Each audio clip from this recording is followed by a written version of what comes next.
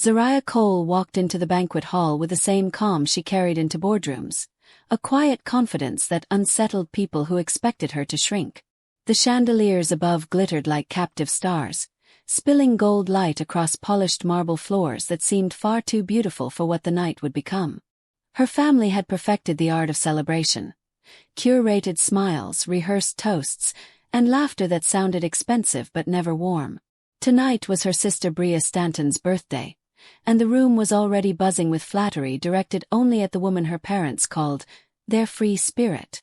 Zariah clutched a bottle of vintage wine, the kind she knew no one would appreciate, but brought out of habit. When she stepped inside, her mother Marlene Pryor didn't even turn fully around, just waved a distracted hand toward the bar and said, "Good, Zariah. Put it there. Don't drop it." Bria stood near the dessert table, laughing loudly enough to erase doubt, grazing Quincy Hale's shoulder as he whispered something in her ear. Her diamond bracelet caught the light with almost intentional arrogance. Zariah breathed slowly, steadying herself. This family had always existed like a stage production, where she, the responsible daughter, the achiever, the steady one, was expected to know her lines and never deviate. Tonight, though, her pulse thudded with a sense of warning she couldn't name. Something in her father's smile when she walked in, a smile too practiced, too satisfied, told her the script had been rewritten without her permission. She greeted relatives, endured cheek pinches and comments about her singleness, and slipped toward a quiet corner. Even here, with soft music floating over Atlanta's shimmering skyline, Zariah felt the old pressure tightening around her ribs. The night had just begun, but already she felt it shifting, sharpening, and preparing to draw blood. As Zariah stood near the bar pretending to check her emails, she listened to the murmurs drifting from across the room. They spoke of Bria with admiration wrapped in excuses. "She's such a free spirit," someone gushed. "Not uptight like Zariah," another added. "Money isn't everything," a man muttered, glancing at Bria like her chaos was charming instead of costly. Zariah lifted her glass and swallowed the familiar bitterness.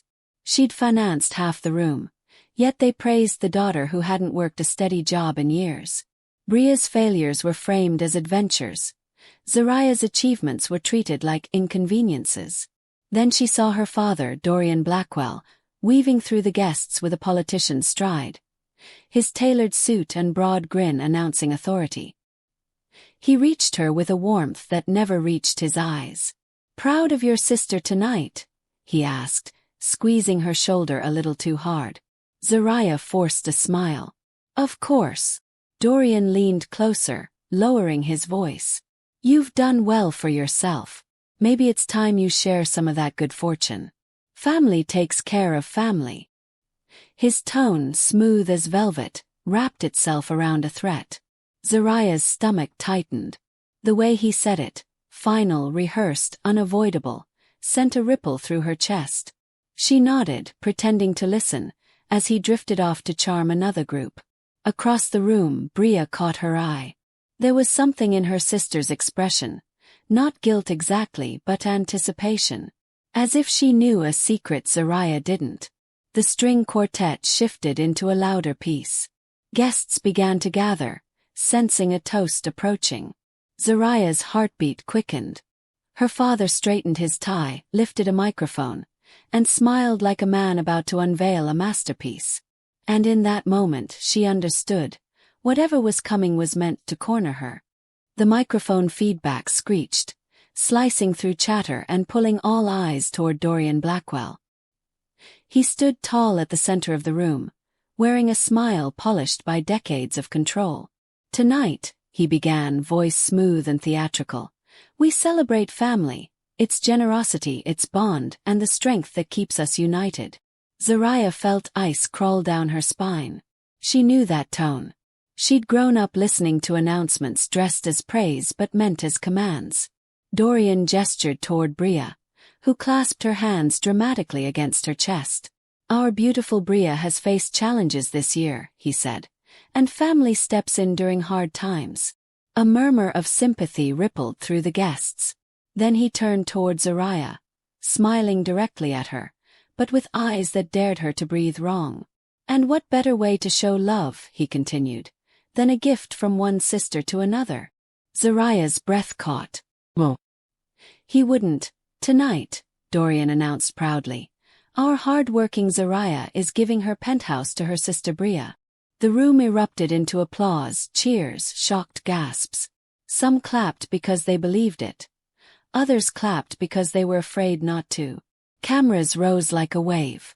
Bria pressed a trembling hand to her lips in exaggerated disbelief. Dad, really? Marlene dabbed fake tears. This is so beautiful, she whispered. Zariah's fingers tightened around her wine glass. She felt heat flood her face. Not embarrassment, but fury so clean it almost steadied her. Dorian extended his hand toward her like a pastor summoning devotion. Come on, sweetheart, he said into the mic. It's only fair. Your sister's been struggling. You can always buy another one. 30 sets of eyes pinned her in place. She felt the room mutate into a cage. Something primal inside her broke free.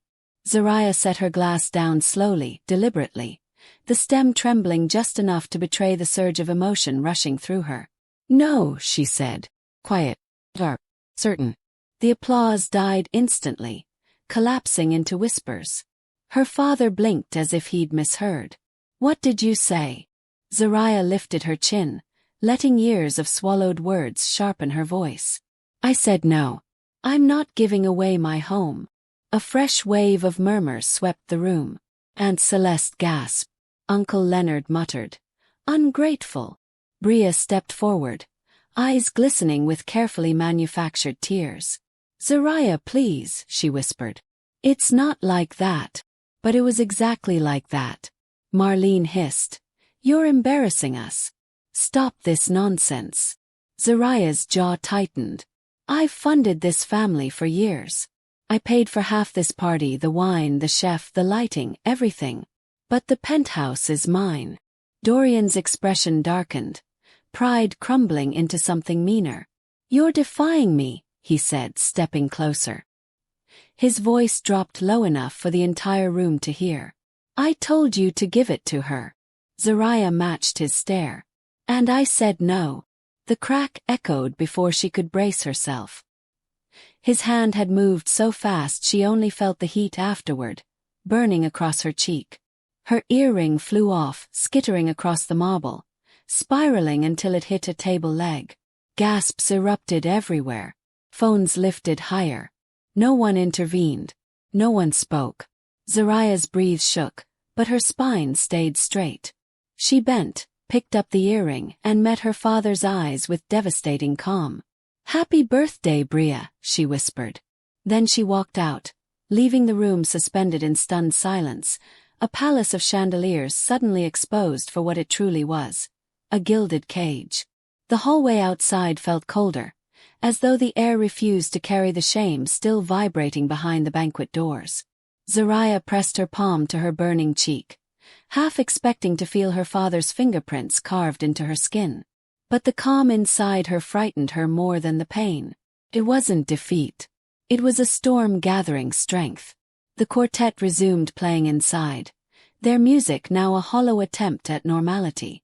That was the Carter family way. Turn humiliation into background noise.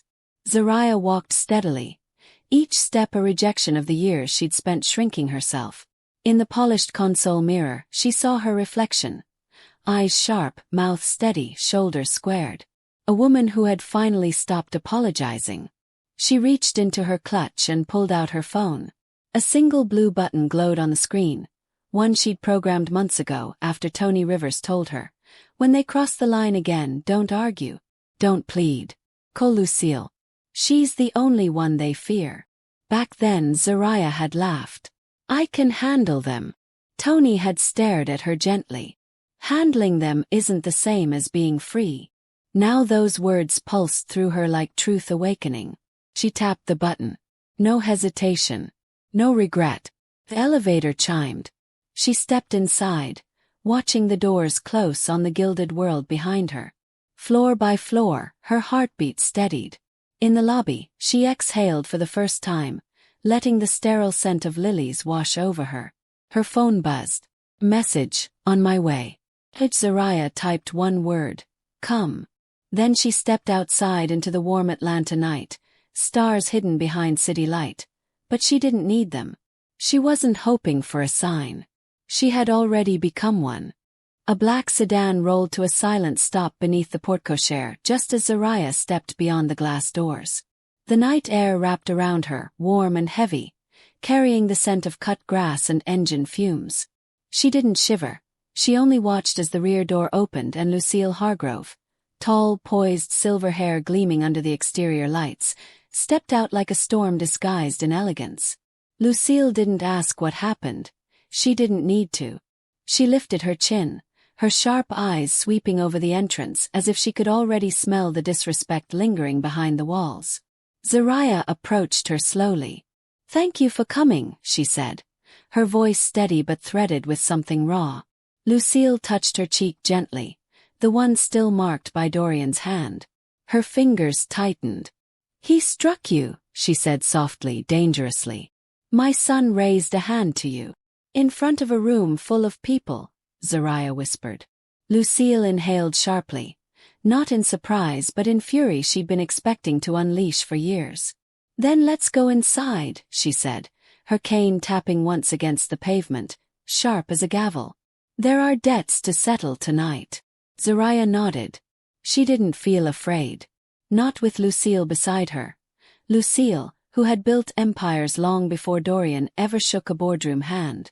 Together they walked toward the entrance again, the doors parting like curtains before the final act. Inside, laughter floated faintly, forced and brittle. The party was trying desperately to recover. But the moment Lucille's heels clicked onto the marble floors, the air shifted. Something ancient, commanding, and electric entered with her. Zariah followed a step behind, feeling the room brace itself. Her grandmother had arrived. And nothing after this would stay standing the same way. The quartet was mid-song when Lucille Hargrove crossed the threshold of the banquet hall. Her presence cut through the room like cold wind. Conversations faltered. Glasses hovered midair.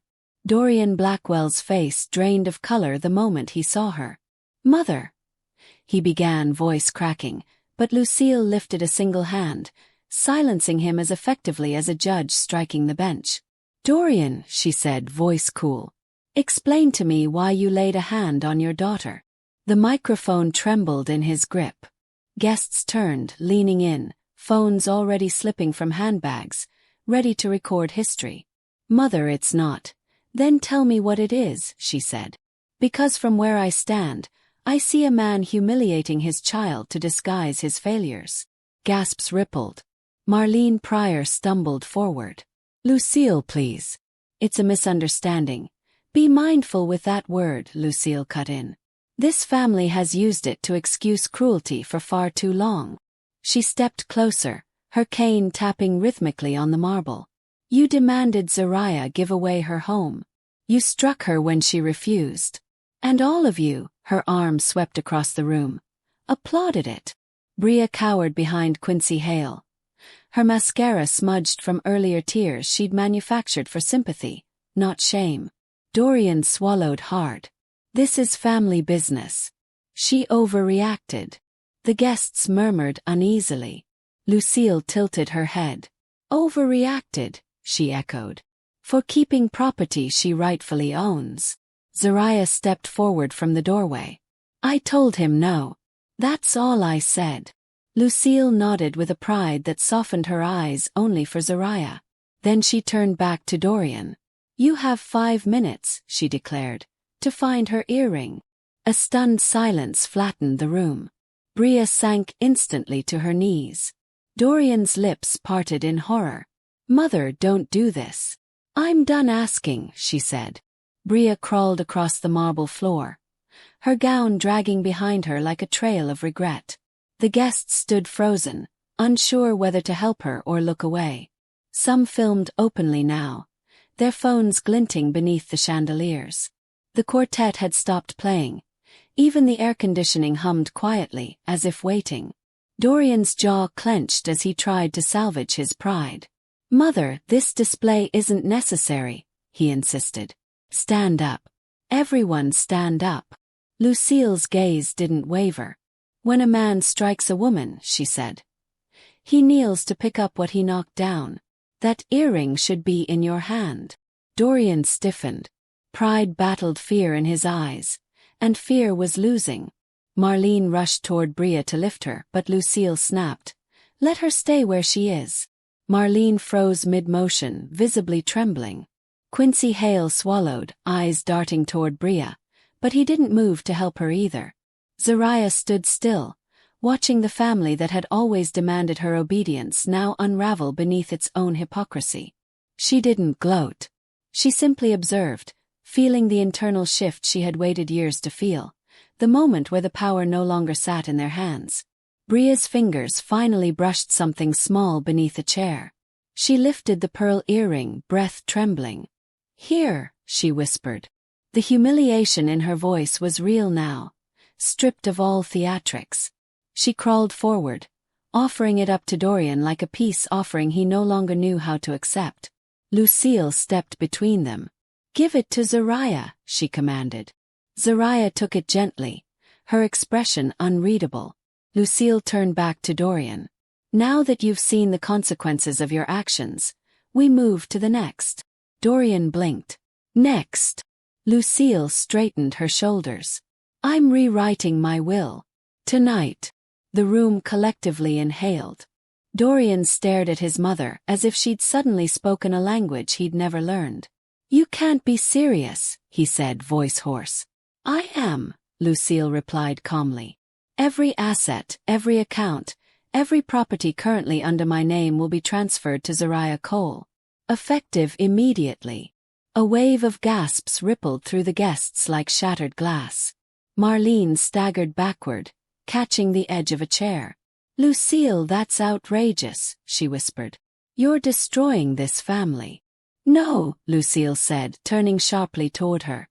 You destroyed this family when you allowed one daughter to be sacrificed for another. When you excused disrespect as tradition. Bria rose shakily to her feet, makeup streaked. Grandma, please. You don't have to do this, she pleaded, reaching out. Lucille's eyes hardened. You stood there and let your sister be humiliated. You benefited from her labor, her silence, her loyalty. And today, you expected her home like a child expecting a toy. Bria's lips trembled. Quincy Hale took a subtle step away from her, as though already reconsidering their engagement. Dorian attempted to recover authority, lifting his chin.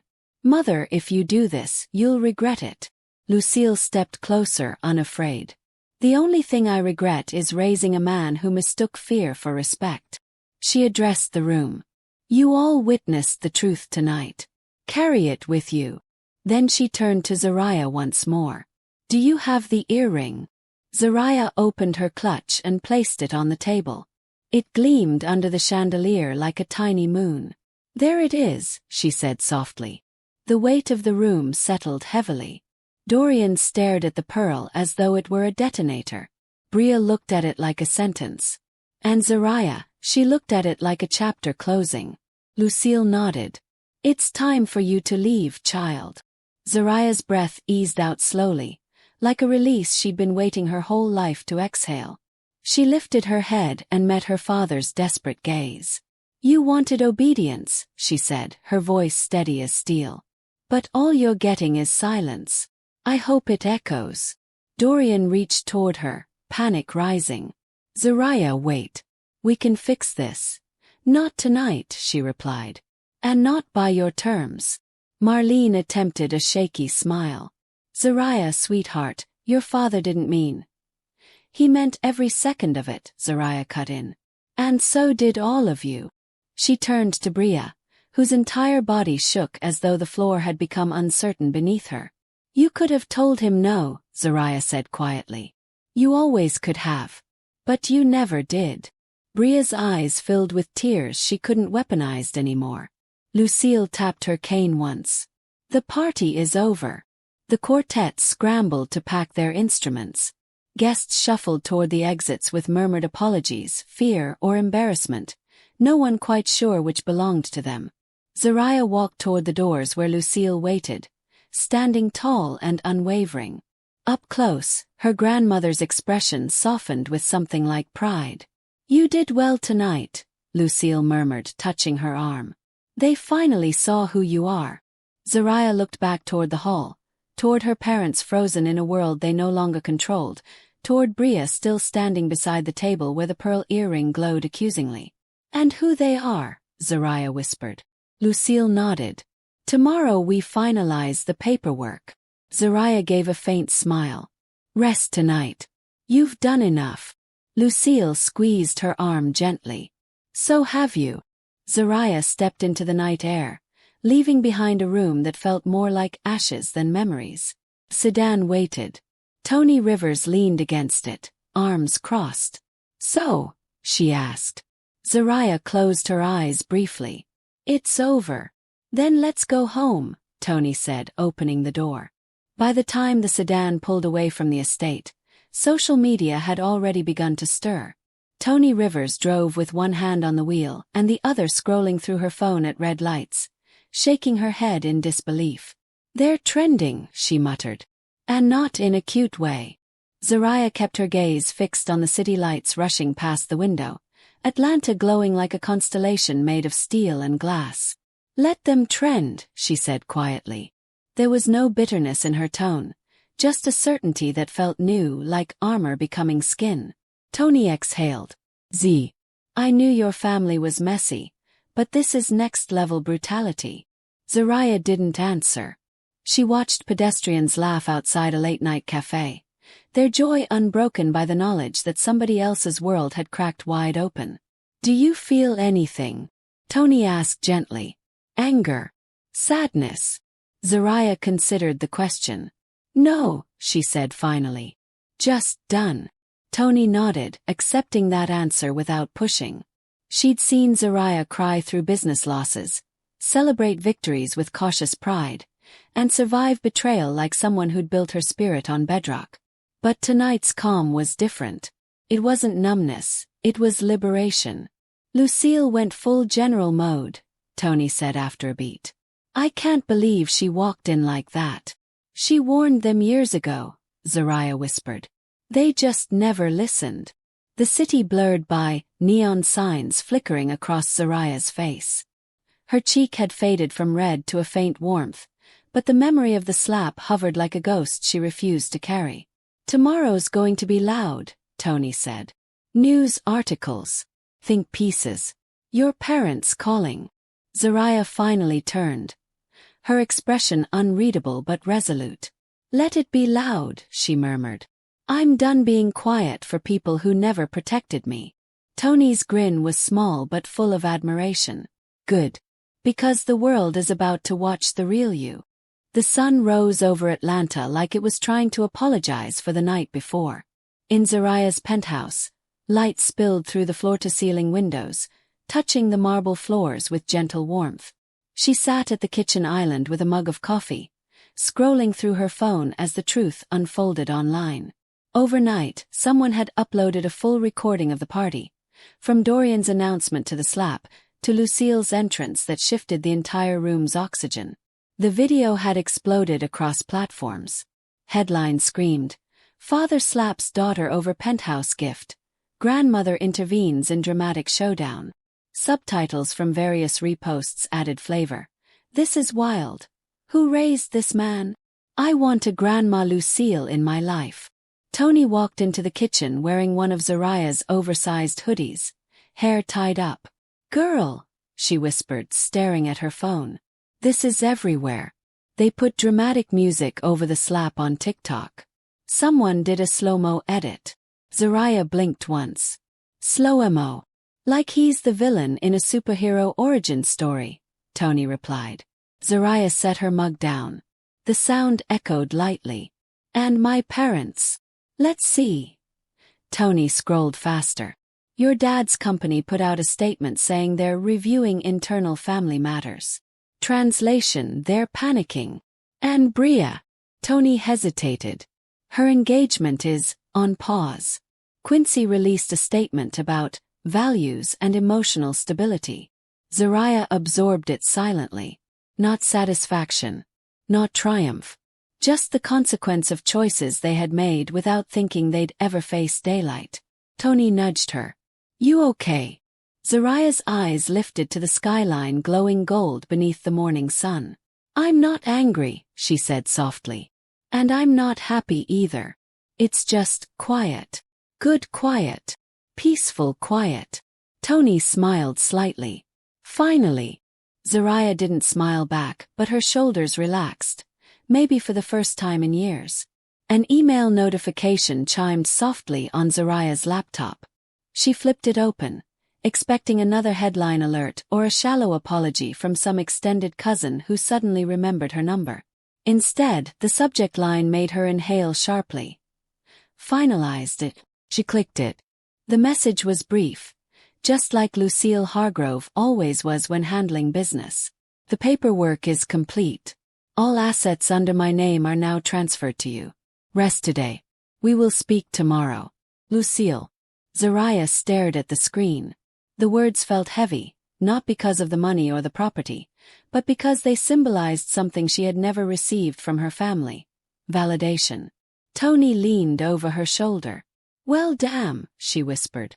You just became one of the wealthiest women in Atlanta overnight. Zariah closed the laptop gently, her expression unreadable. I didn't want it, she murmured. I know, Tony replied.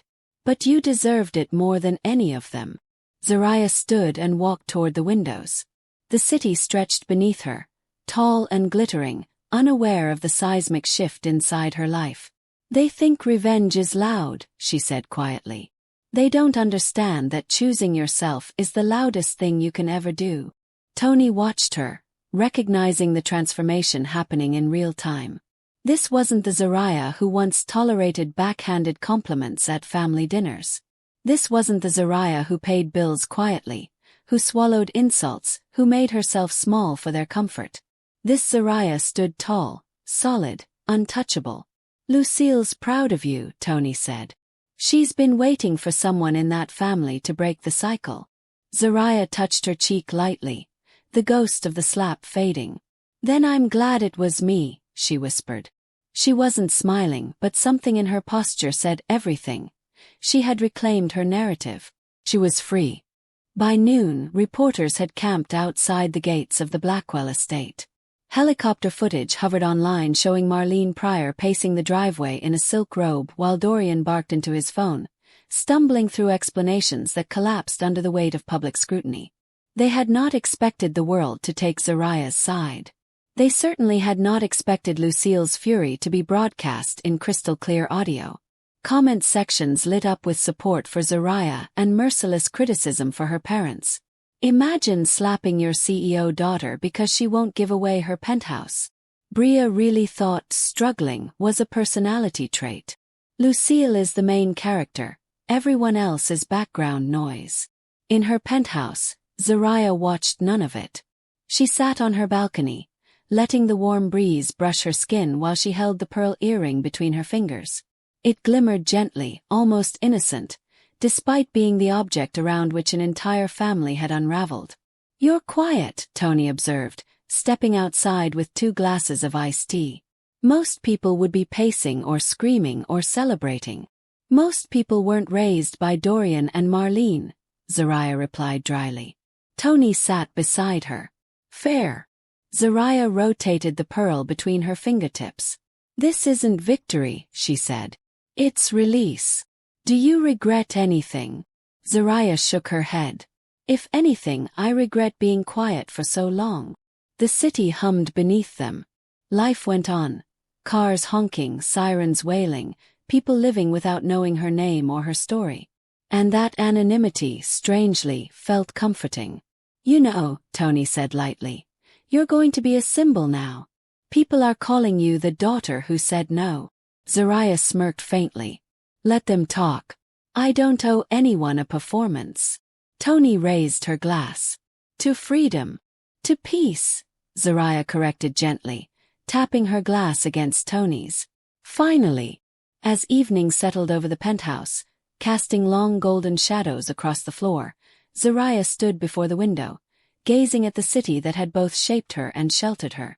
She lifted the pearl earring to her ear and fastened it into place, feeling the cool weight settle softly against her skin. The moment felt symbolic, like placing the final piece of her old life back where it belonged, not as a wound but a reminder of what she had overcome. Tony walked in, setting her phone on the counter. "People are still tagging you in posts," she said. "They're calling your grandmother the enforcer. Someone even made fan art of her holding a cane like a sword." Zariah let out a quiet breath that might have been a laugh. "She'll pretend she hates that," she said, "but she'll save every drawing." Tony leaned against the wall. "Z, are you sure you're okay?" Zariah took a moment before answering. "I thought I'd feel vindicated or angry or something explosive. But all I feel is steady." "Steady is good," Tony said softly. Zariah nodded. "Steady means I'm done living on their terms." She turned from the window, her silhouette outlined by the fading sunset. "Tomorrow I'll meet with Lucille. We'll sign whatever needs signing. After that, a long vacation," Tony suggested. "Maybe," Zariah replied. "Or maybe I'll just live, without waiting for someone to take something from me." Tony smiled. "You deserve that." Zariah walked to the kitchen, picked up her phone, and typed a message with simple ease. "Dinner tomorrow?" A reply came within seconds. A single heart emoji. Zariah set the phone down, feeling the quiet settle around her like a soft blanket. She didn't smile. She didn't cry. She simply existed, in peace, in truth, in herself. Finally, she was whole. The next morning arrived with an unexpected stillness. Zariah woke before sunrise, the faint blue light washing gently across her ceiling. She stretched slowly, feeling the quiet settle around her like a familiar companion rather than an unwelcome guest. When she stepped into the kitchen, the city was only just beginning to stir below. Delivery trucks rumbling, joggers moving through early morning fog, and lights flickering on floor by floor in nearby towers. Tony had already left, a note scribbled on the counter. "Breakfast on me tomorrow. Rest today, Z." Zariah smiled softly at the handwriting before pouring herself a cup of coffee. She sat at her dining table, letting the steam rise against her face. Her father hadn't called. Neither had her mother. Bria had only sent one message. "Please talk to me," but Zariah didn't open it. Not out of cruelty, but because she no longer felt obligated to carry the weight of someone else's comfort.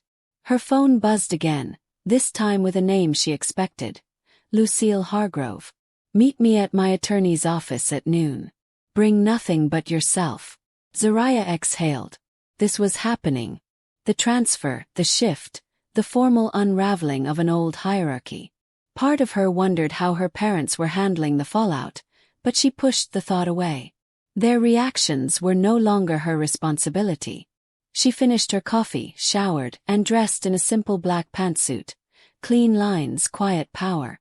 No need for armor when she had already walked through the fire. As she fastened her pearl earrings, she paused. They glowed faintly in the mirror. For the first time, she didn't see a reminder of humiliation. She saw survival and transformation. At noon, she would step into a different life, one she had claimed with a single word: no. The attorney's office overlooked downtown Atlanta, a modern space of glass walls and steel beams reflecting the midday sun. Zariah arrived early, greeting the receptionist with a polite nod before taking a seat near the large windows.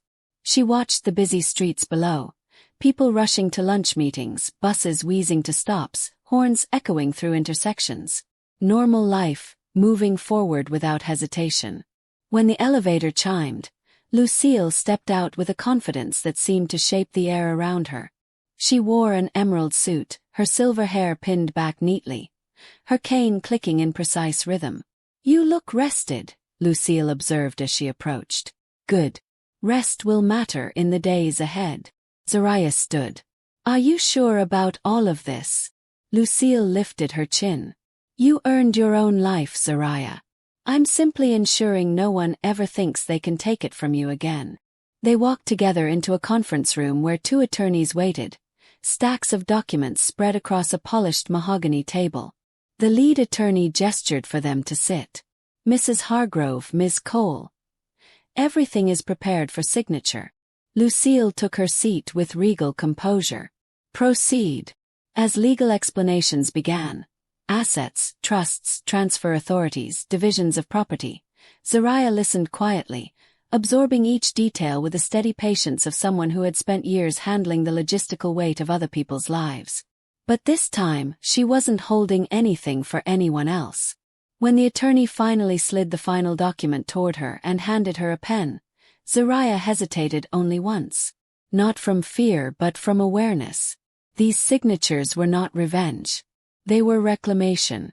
She signed her name with steady handwriting. Lucille placed her hand over hers briefly. "You did not break this family, child," she said softly. "You simply stopped letting it break you." Outside the attorney's office, reporters had gathered like crows sensing a shift in the wind. Cameras clicked the second Lucille and Zariah stepped onto the sidewalk. Microphones shot forward. "Ms. Cole, is it true the entire estate is now yours? Mrs. Hargrove, do you have a comment about last night's video? Is the family relationship salvageable?" Lucille's presence alone could have silenced the crowd, but Zariah felt her own strength rise. She held up a hand. The noise softened as journalists leaned closer. "There will be no statements today," Zariah said firmly, her voice even. "This is a private matter, and there is nothing further to address." A reporter pressed. "Do you blame your father?" Zariah met his gaze calmly. "I don't assign blame," she replied. "But I do protect myself." Lucille gave a faint nod of approval. A few more questions flew toward them, but Zariah stayed silent. Power, she realized, was sometimes carried best in restraint. A car arrived to pick them up, and Zariah held the door for Lucille before sliding in beside her. The sedan pulled away, leaving the noise behind. "You handled that well," Lucille said. "Most people crumble under public scrutiny." Zariah looked out the window. "I lived under my parents' scrutiny my whole life. Reporters are nothing compared to that." Lucille chuckled softly. "You have my spirit." "I hope so," Zariah admitted. Traffic slowed as they approached a red light. A billboard came into view. Someone had already created a meme of Lucille standing in the banquet hall, cane raised like a warrior. "Enter Grandma Lucille, destroyer of foolish men." Lucille sighed dramatically. "Oh, for heaven's sake." Zariah smiled for the first time all day. Not a big smile, just a small, honest one. And Lucille saw it. "Good," she murmured. "Let the world laugh. You've earned your peace." By late afternoon, Zariah returned to her penthouse alone. The silence greeted her warmly, no longer feeling empty or sharp. She walked through the open living room, past the tall bookshelves, past the balcony where she and Tony had watched the sunrise earlier. Everything looked familiar, yet different, like the same space viewed through new eyes. A notification blinked on her phone. It was a message from Bria. "Please talk to me. I didn't know it would go that far. I didn't want him to hit you."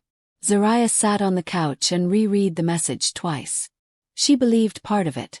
Bria probably hadn't expected a slap, but she also knew her sister had stood silently, benefiting from a system that rewarded her irresponsibility while punishing Zariah's strength.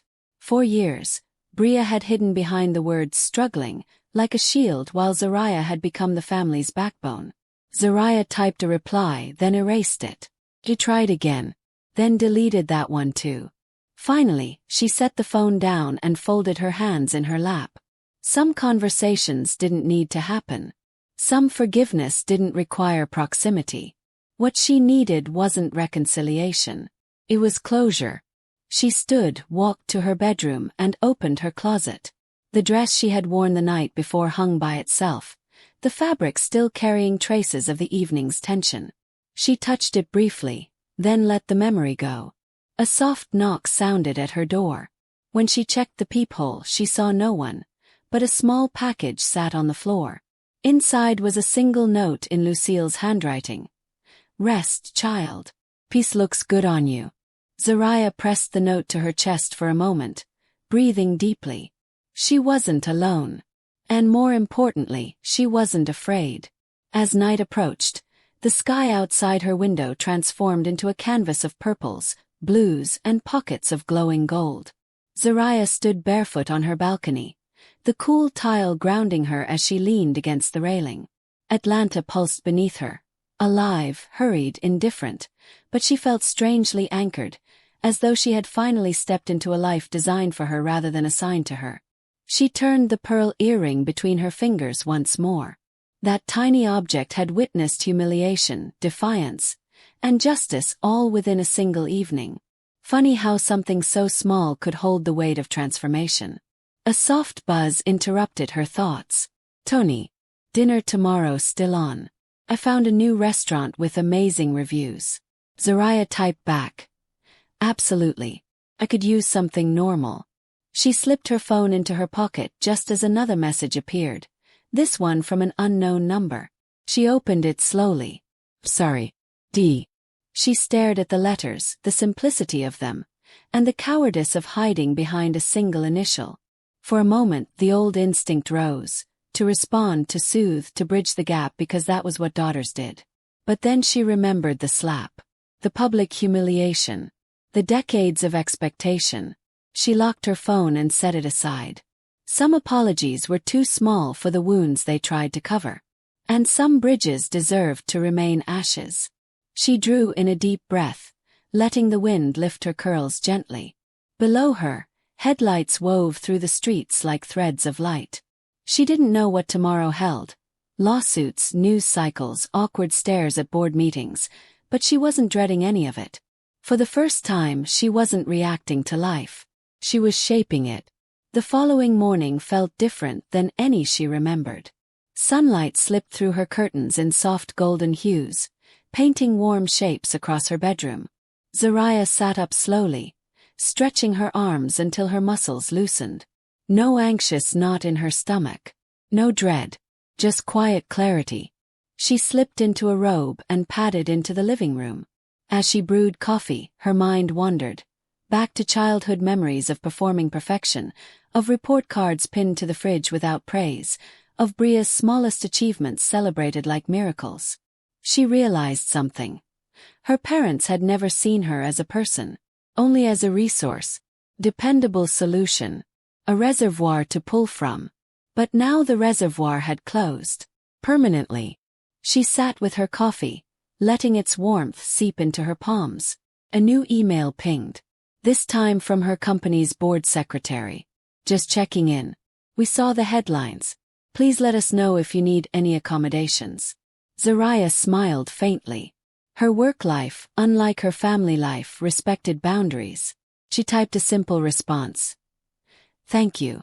Well." After finishing her coffee, she dressed in a light sundress and sandals, soft colors she rarely wore but suddenly felt drawn to.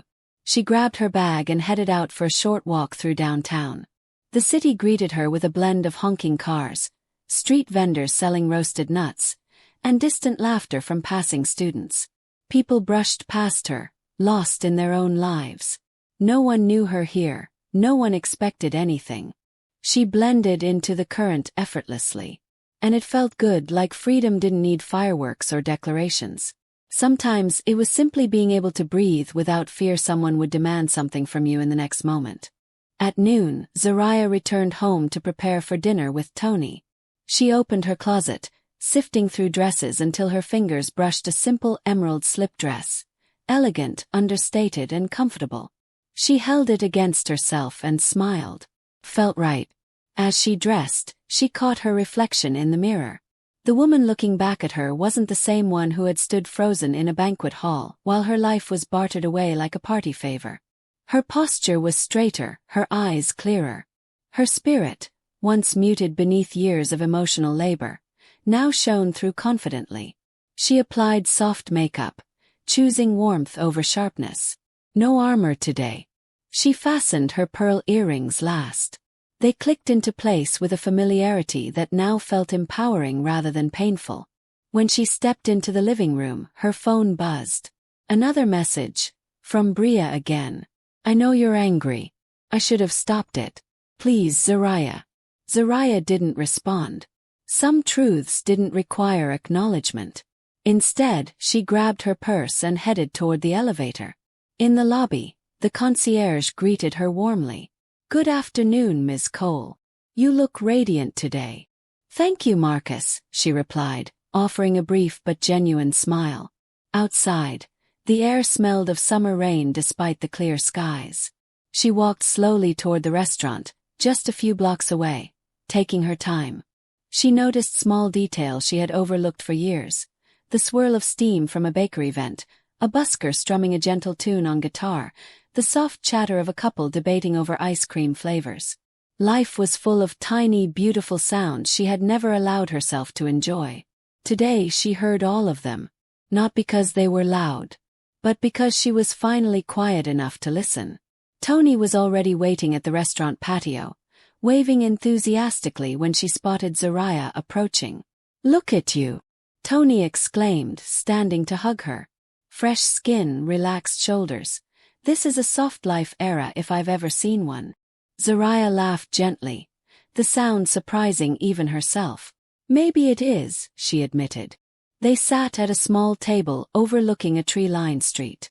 The restaurant buzzed with soft conversation, clinking silverware, and the occasional burst of laughter from a nearby group. A server arrived with menus, smiling brightly. "Anything to drink?" Tony didn't wait. "2 glasses of your best rose." When the drinks arrived, Tony held hers up. "To freedom." Zariah tapped her glass against hers. "To peace." They sipped quietly for a moment before Tony leaned in. "Okay, tell me everything. How are you really doing?" Zariah considered it carefully. "I'm not sad," she said. "I'm not vengeful either. I just feel steady. Like my life finally belongs to me." Tony nodded approvingly. "Good. Stability looks gorgeous on you." The server returned with salads and warm bread. As they ate, Tony launched into a story about her chaotic coworker who kept accidentally emailing the CEO, sending Zariah into quiet laughter. For the first time in a long time, she felt present. Not tense. Not braced for the next emotional blow. Just here. Living.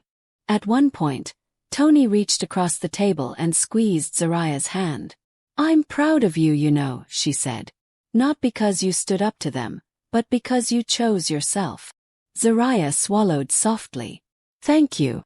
They finished their meal slowly, savoring every moment. When the bill arrived, Zariah insisted on paying. "I owe you," she said simply. "For more than just dinner." Tony grinned. "You don't owe me anything.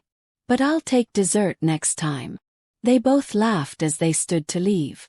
Walking home from the restaurant, Zariah felt the evening breeze lift her hair as the sky deepened from orange to violet. Street lamps blinked on one by one, casting warm circles of light across the sidewalks. She passed a bookstore where the owner was arranging a display, a florist carrying buckets of roses, teenagers skateboarding near the fountain. Everything felt alive in a way she had never allowed herself to notice. When she reached her building, Marcus greeted her again. "Miss Cole, you have a delivery upstairs, left by Ms. Hargrove's driver." Zariah's brow lifted. "Thank you." In her penthouse, she found a neatly wrapped box on the kitchen island, tied with a silver ribbon. She opened it carefully. Inside was a small velvet pouch containing a pair of diamond earrings. Simple, elegant, understated. A note lay beside them. "These were mine when I started my first company. Wear them when you feel your own power rising." Zariah touched the diamonds gently. They sparkled faintly under the warm kitchen lights. Not flashy, not boastful, but strong like their previous owner. She placed them beside her pearls, recognizing the symbolism instantly. One pair for who she had been. One pair for who she was becoming. She walked to the balcony again, holding both sets of earrings in her hands. Below her, the city pulsed softly. She thought of her parents, not with anger but with clarity. Some people's love came with conditions. Some came with control. But hers, finally, came from within. She returned inside, placed both sets of earrings back into the box, and closed it with care. She wasn't choosing between past and future tonight. She was honoring both. Something inside her settled. A final, quiet shift. Her life was hers now. Entirely. Permanently. Unapologetically. Later that night, Zariah dimmed the penthouse lights until only the soft glow from the city remained. She sat on her sofa with a blanket wrapped loosely around her, staring out at the skyline, an endless stretch of flickering windows, like thousands of stories unfolding at once. Her phone buzzed again, but she didn't rush to check it. She no longer lived in reaction. She lived in intention. When she finally reached for it, she found a message from Tony. "Proud of you. Sleep well." Another from Lucille. "Tomorrow is a new day. Call me when you're ready." No messages from her parents. None were needed. She placed the phone on the table and leaned back, letting the silence settle. It wasn't heavy anymore. It was peaceful, like breathing fresh air after years underground. She lifted her hand and touched her pearl earring. Then she smiled, small but real. That single object had witnessed the moment everything changed. The slap that once stung now symbolized something else entirely. The last time her father would ever have power over her. She whispered to the empty room. "If you've ever had to walk away from people who were supposed to love you, it's not weakness. It's choosing yourself." Her voice was soft but steady, strong. She stood, drew the curtains closed, and made her way to bed. As she slipped beneath the sheets, the city outside continued humming, unaware of the quiet revolution that had taken place inside her home. Zariah closed her eyes, her breathing slow and even. She didn't dream of confrontation or apology or justice. She dreamed of nothing at all. And that was the victory. Because peace, she realized, wasn't loud. It wasn't dramatic. It was this, a night without fear. A heart without weight. A life finally, irrevocably her own.